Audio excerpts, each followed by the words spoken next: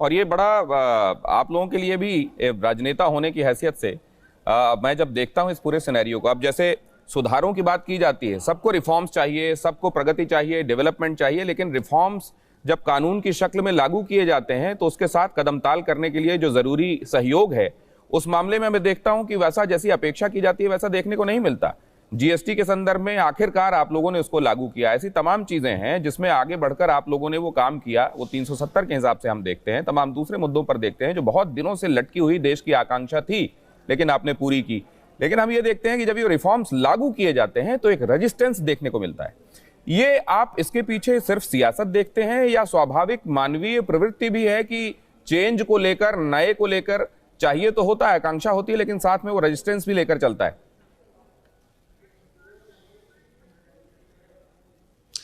देखिए,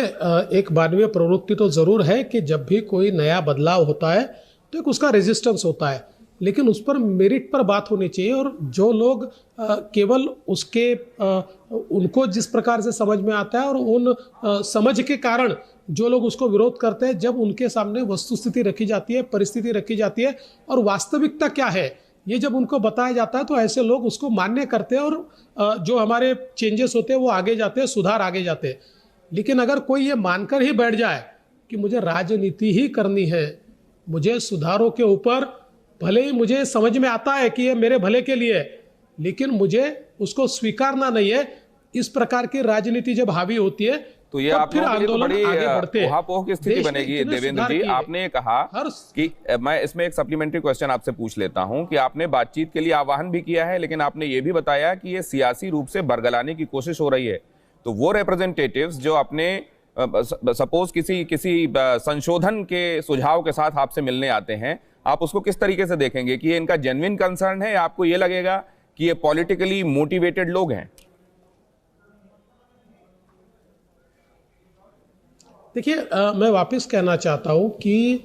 हमारे जो कृषि मंत्री है नरेंद्र सिंह जी तोमर और उनके साथ की पूरी टीम जो है, इन्होंने पूरे खुले मन से बातचीत की और जितने सुझाव आए उन सुझावों को, जो बिल्कुल वैलिड थे, ऐसे सुझावों को मान्य भी किया और आउट ऑफ द वे जाकर भी मान्य किया। कई सुझाव ऐसे भी थे कि जिसका इस कानून से संबंध नहीं था, लेकिन किसानों को लगता था कि ये भी होना चाहिए, तो उन्होंने कहा चलिए इसको भी हम मानेंगे।